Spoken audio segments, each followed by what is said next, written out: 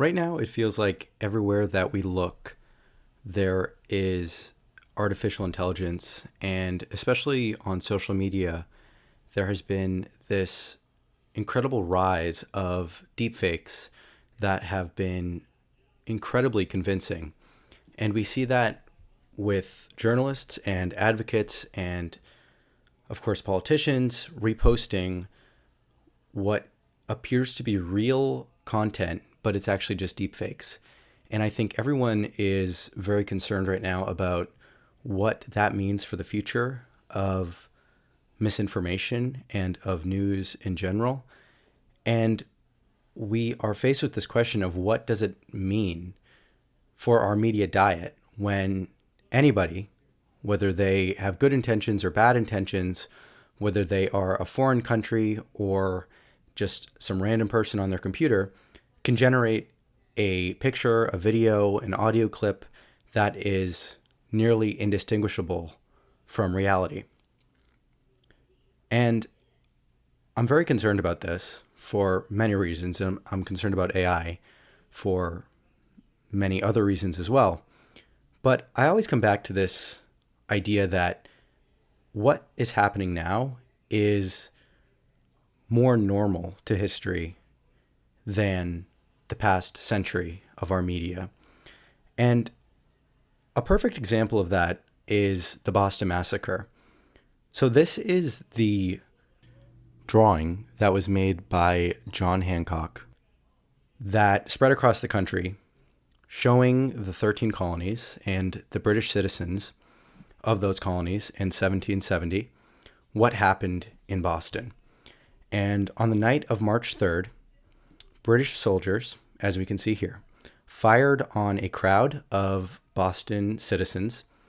Now, in this picture, you can see the British soldiers taking orders from this soldier in the back, which appears to be commanding the soldiers to fire on this crowd that looks completely innocent.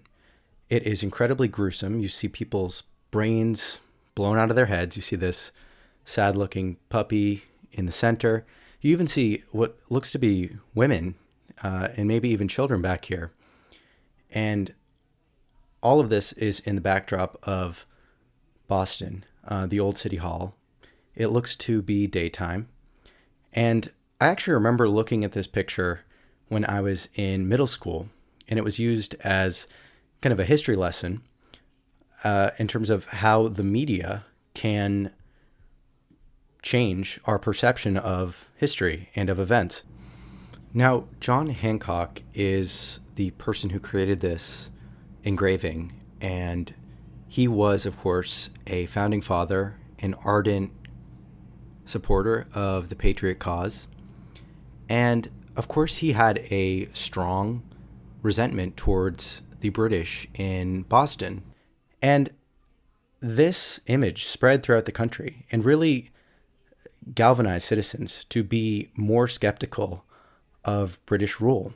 And the Boston Massacre is really a turning point in the road to the American Revolution.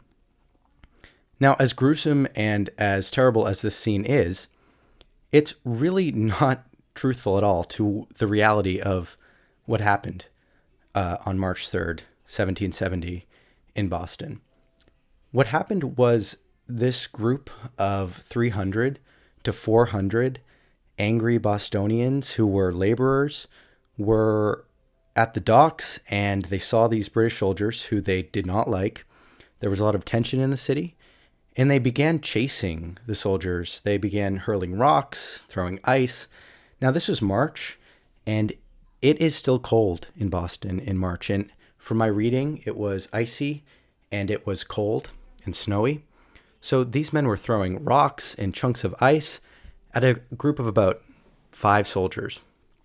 And they chased these British soldiers through the streets. And we have to remember, this was at night. There was no lights.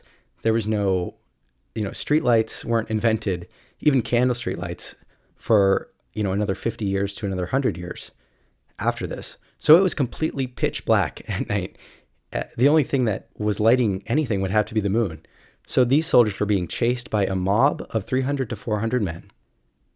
And they reached this point of tension where they turn their weapons on the men in the pitch black, and one of them fires, and it results in this cascading event of all of them firing, and it killed 5 Bostonians.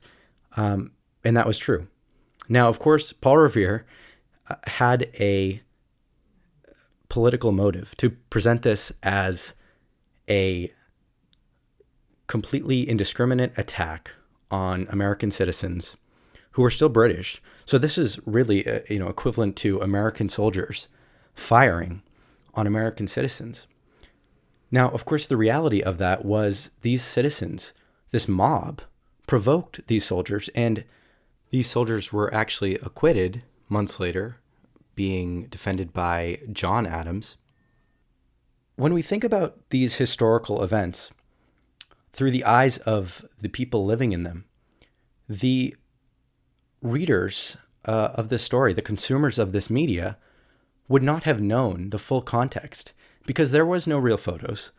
There was no journalists on the scene. All that they had was text and these engravings. So what we also forget about often is the variety of newspapers that existed in the 18th and 19th century. Every political party, which there were many, had a newspaper. Every town and city had several newspapers. Newspapers were the main way that the public communicated. It was the main avenue of public discourse. There was no news. There was no mainstream news. So these people relied on partisan papers, local papers that were hyper local and hyper partisan. And that's just what came of the era. So of course people lied. And today we are faced with a similar situation. We have content creators on social media who are hyper partisan, who are focused on national issues, which is a difference. But as we see here with this depiction of the Boston Massacre, it's something that can really be described as an 18th century deepfake because of how severely it skews the narrative. They spread this, and all that the citizens and the media consumers had was this account.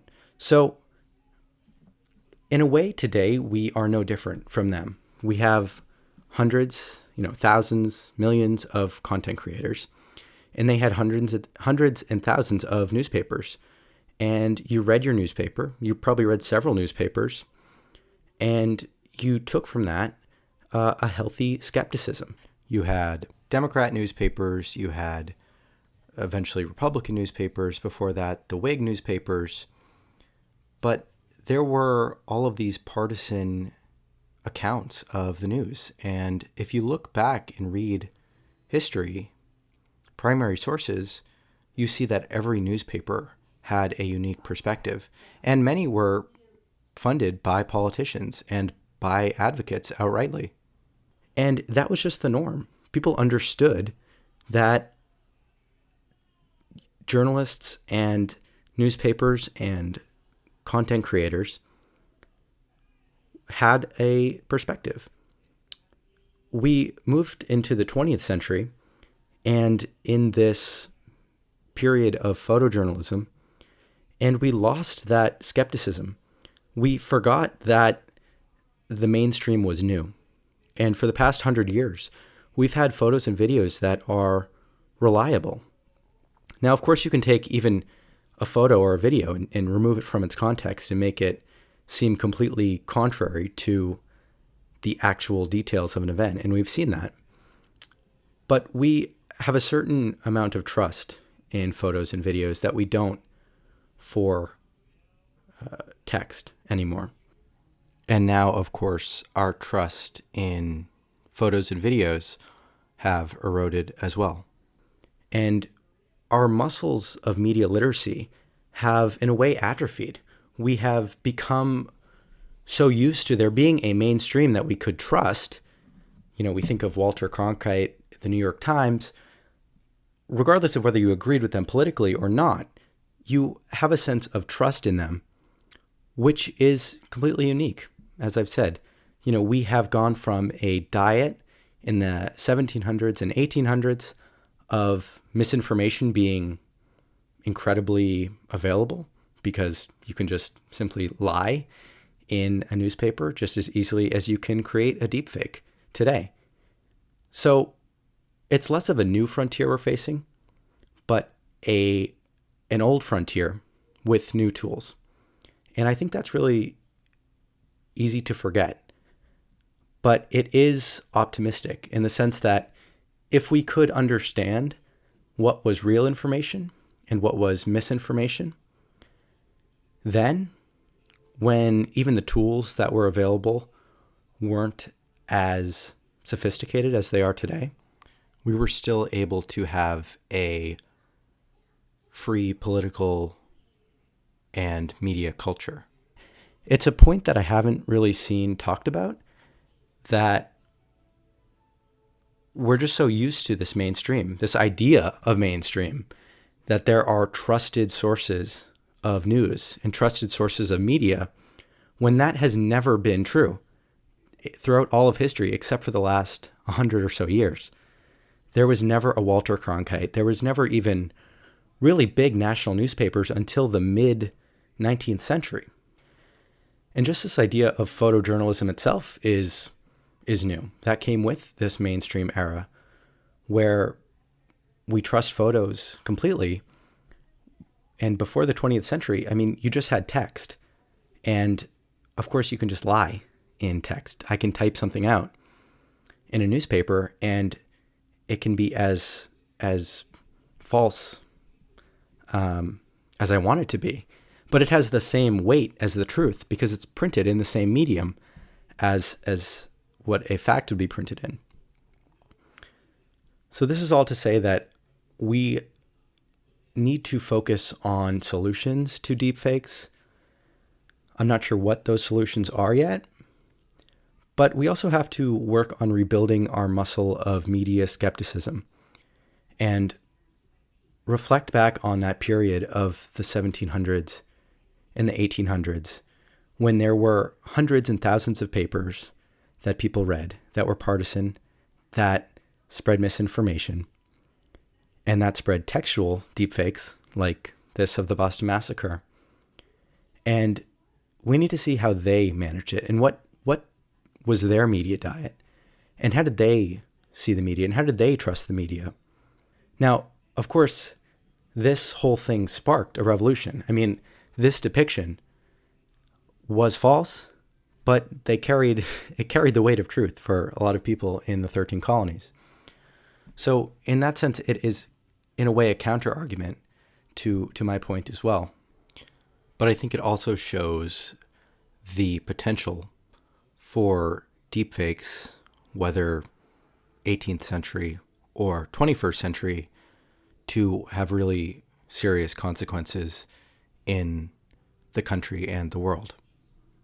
I'm not necessarily suggesting that people of the past were more media literate or more able to snuff out misinformation, but that the media environment that we're entering into, where content is indistinguishable between truth and lies, is less of a new frontier and more of the historical norm.